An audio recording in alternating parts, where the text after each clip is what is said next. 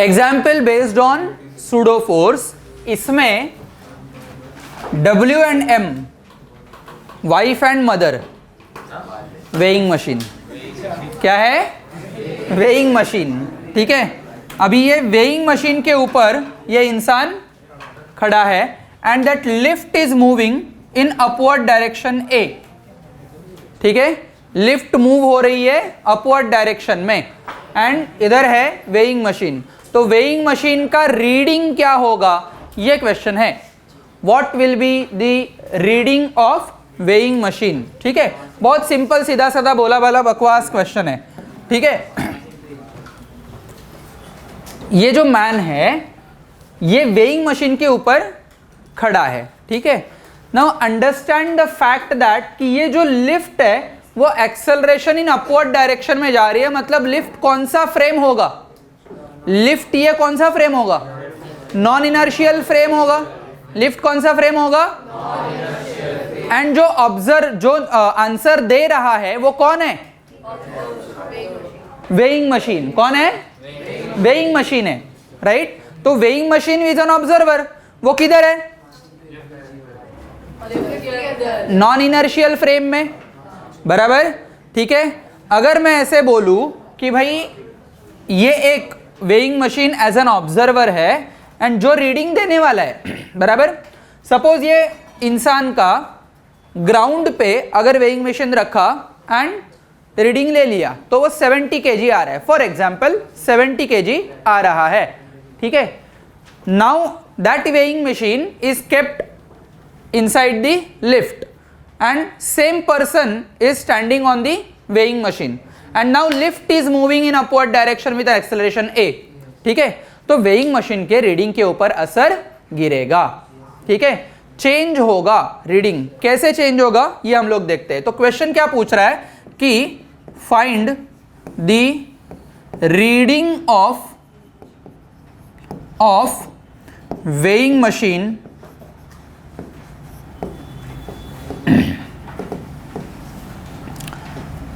In lift.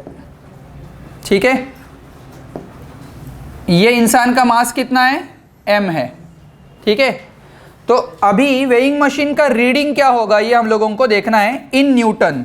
ठीक है, in newton में क्या होगा ये मुझे चाहिए। पहले न्यूटन में देखते हैं, फिर अलग एक यूनिट भी है वो भी मैं समझा देता हूं आपको। ठीक है, ओके। तो इसको सॉल्व करने का सिंपल आसान तरीका दोनों फ्रेम ऑफ रेफरेंस से हम लोगों को सीखना है। ये सेम आंसर आएगा। हम लोगों ने ये सीखा है कि सूडो फोर्स की मदद से हम लोगों को सेम आंसर मिल जाता है। ठीक है, तो अगर मैंने non inertial frame of reference use किया, ठीक है, सबसे पहले क्या यूज करते हैं? Bye non inertial frame of reference. ठीक है, ये पर्सन का वेट चाहिए तो पर्सन के ऊपर एफबीडी लगाते हैं।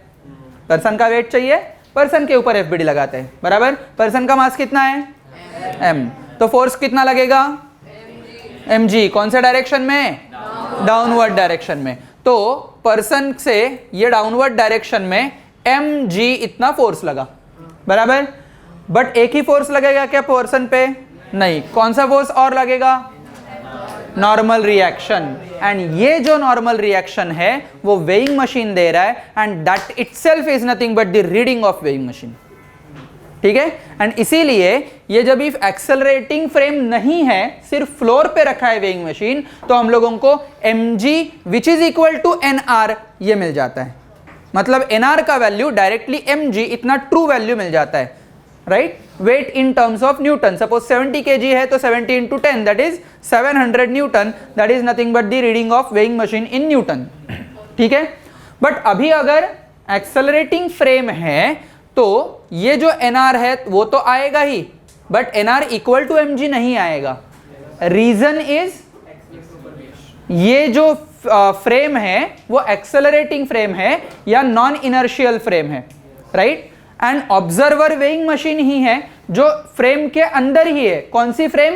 नॉन इनर्शियल फ्रेम के अंदर है। तो इसको एज इट इज मैंने यूज किया तो ट्रू वैल्यू नहीं मिलेगा, फॉल्स वैल्यू मिलेगा। है समझ में?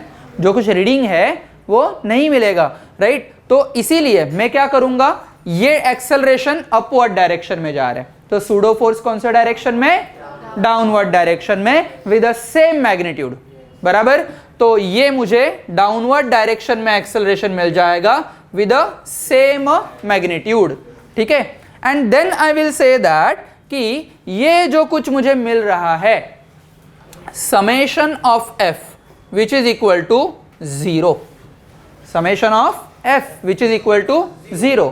अगर मैंने ये ऑब्जेक्ट को ए रखा, ये ऑब्जेक्ट को बी रखा, right, person is B, weighing machine is A, right, मुझे बताओ acceleration of B with respect to A क्या होगा? 0 होगा, एंड इसीलिए ये क्या हुआ? 0। समझा? Same non inertial frame of reference में अभी हम लोगों ने सीखा हुआ है, राइट। तो will get summation of F is equal to 0। कितने कितने फोर्स लग रहे हैं? येलो वाले सारे फोर्सेस को इंक्लूड करना है। आई कैन से दैट कि एनआर अपवर्ड डायरेक्शन में जा रहा है, right, minus M G minus M into AP. AP तो एक्सेलरेशन है ना, mass into acceleration, that is nothing but the pseudo force. So pseudo force लिखने के लिए मैं ऐसे लिखूंगा एम इंटू एपी। चमका अच्छे से? तो इधर मैं लिखने के लिए लिखूंगा ये m into A P which is equal to 0। तो nr का वैल्यू मुझे मिल जाएगा m into G plus m into A, because I know that A P which is equal to A, right. Pseudo acceleration का जो कुछ value है, magnitude है, वो same as that of accelerating frame है बट इन अपोजिट डायरेक्शन। चमका अच्छे से? तो ये जो कुछ वैल्यू मुझे मिल जाती है एनआर वाली, that is reading of weighing machine. क्या रीडिंग थोड़ा बढ़ गया? मतलब आपने अगर 4th फ्लोर से 11th फ्लोर पे लिफ्ट जा रही है एंड वो लिफ्ट पे वेइंग मशीन रखा एंड अपना वेट चेक किया, तो आपका जो वेट असलियत में है उससे ज्यादा वेट आपको वेइंग मशीन देगा, because of accelerating frame of reference in upward direction. इसीलिए उसके अपोजिट डायरेक्शन में सूडो फोर्स लग जाता है, वो जी के साथ जुड़ जाता है, इसीलिए एक्सेलरेशन बढ़ता है एंड वेट बढ़ता है। चमका अच्छे से? क्लियर है सगळ्यांना? Okay, now will move for inertial frame of reference by inertial frame of reference, ठीक है। अभी इनर्शियल फ्रेम ऑफ रेफरेंस में वेइंग मशीन को बाहर नहीं लगाना है, वेइंग मशीन उधर ही होगा तो ही चेक हो जाएगा ना कि कितना रीडिंग है।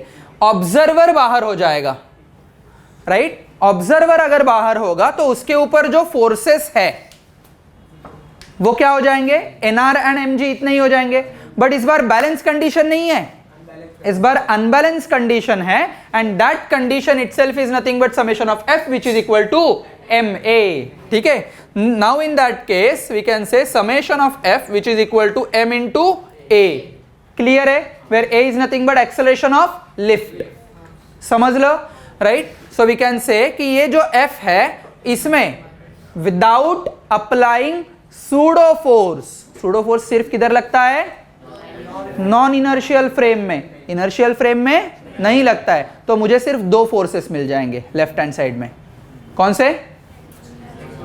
एक्सेलरेशन के डायरेक्शन में, अभी एक्सेलरेशन है इंक्लूड, तो एक्सेलरेशन के डायरेक्शन वाला फोर्स पॉजिटिव, अपोजिट डायरेक्शन वाला फोर्स नेगेटिव। एक्सेलरेशन के डायरेक्शन में कौन सा फोर्स है? NR minus M G which is equal to, क्या हमें सेम रिजल्ट मिला? NR is equal to M bracket में जी प्लस ए, मतलब हम लोगों को दोनों पार्ट्स में सेम रिजल्ट मिला, and result is M bracket में G plus A. Generalise case में मैंने आपको यह दे दिया है, अगर एक्सेलरेशन कुछ वैल्यू हो जाती है, एम की कुछ वैल्यू हो जाती है, तो मेरे पास रीडिंग अलग मिल जाता है, राइट। ये रीडिंग किस में आया? न्यूटन में आया, राइट। और एक वेइंग मशीन का जो कुछ रीडिंग है नोट करके आपको दे देता हूं। रीडिंग ऑफ वेइंग मशीन जो होता है गिवन बाय, कौन सा फोर्स दे देता है वो? नॉर्मल रिएक्शन, बराबर। कौन दे देता है? Normal reaction, normal reaction that is NR, ठीक है। न्यूटन में अगर चाहिए तो वो डायरेक्टली फोर्स हो जाएगा न्यूटन, ठीक है। और एक अलग यूनिट है केजी वेट, ठीक है। मतलब हम लोगों को जो रीडिंग दिख जाता है ना एक्चुअल वेइंग मशीन में, वो 700 दिख जाता है क्या? 70 केजी अगर मास है तो नहीं, राइट। तो उधर ऑलरेडी वेट को माइनस किया जाता है, डिवाइड किया जाता है। So mg is a force, मुझे मास कैलकुलेट करना है, right, weight in the form of kg weight, ये फाइंड आउट करना है। तो मास अगर फाइंड आउट असलियत में करना है तो ये हो जाएगा kg weight which is equal to 1 newton divided by acceleration due to gravity, that is 10। ठीक है, तो 700 अगर मेरा रीडिंग आ गया है तो डिवाइड बाय 10 किया तो असलियत में 70 kg है, मुझे रीडिंग मिल जाएगा। मुझे अपने आप फीलिंग नहीं होगा ना कि मेरा वेट 70 kg है, वो चेक करना पड़ेगा ना, राइट। और वो चेक करने के लिए हम लोगों को फोर्स फाइंड आउट करना पड़ेगा, and that force divided by that acceleration due to gravity, acceleration असलियत में acceleration due to gravity, that g is nothing but 10। ठीक है, तो इसीलिए 700 divide by 70 is nothing but your value, clear है, 70। ये हमारा आंसर आ जाएगा। अगर ये वैल्यू g प्लस a हो गया है तो डिवाइड किससे करें, g से ही। ठीक है, तो अगर ये वैल्यू आपको मिल गया है 800, राइट, मेरा है वजन 70 kg, but due to this acceleration मेरा जो रीडिंग है वो बढ़ जाएगा ना, आया समझ में। सो आपको घर जाके आज क्या करना है, जो बड़ी बिल्डिंग दिख जा रही है, ठीक है, उधर वेइंग मशीन लेके जाना है। ठीक है, लिफ्ट के अंदर रखना है, खुद की बिल्डिंग होगी तो बेहतर है ना। 4th फ्लोर से या 1st फ्लोर से ग्राउंड फ्लोर पे लिफ्ट में वेइंग मशीन लेके जाना है, रखना है, एंड उसके ऊपर खड़ा रहना है। 10th फ्लोर पे बटन दबाना है, क्या हो जाएगा, वेइंग मशीन के रीडिंग पे क्या असर गिर जाएगा, धीरे धीरे क्या चेंजेस होते जाएंगे, वेट बढ़ जाएगा, बढ़ते ही जाएगा, बराबर, या कम हो जाएगा, पहले बढ़ेगा फिर कांस्टेंट वेलोसिटी से जाएगा ना लिफ्ट, कांस्टेंट वेलोसिटी से जाएगा मतलब एक्सेलरेशन 0 होगा, बराबर, तो ट्रू वैल्यू ही मिलेगी मुझे कुछ फ्लोर तक, बराबर।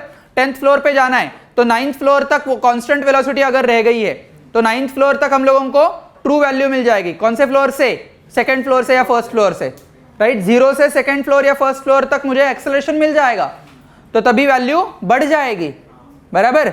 तो 0 to 2nd फ्लोर वैल्यू बढ़ जाएगी, 2nd to 9th floor value constant होगी जो ट्रू वैल्यू होगी, बराबर।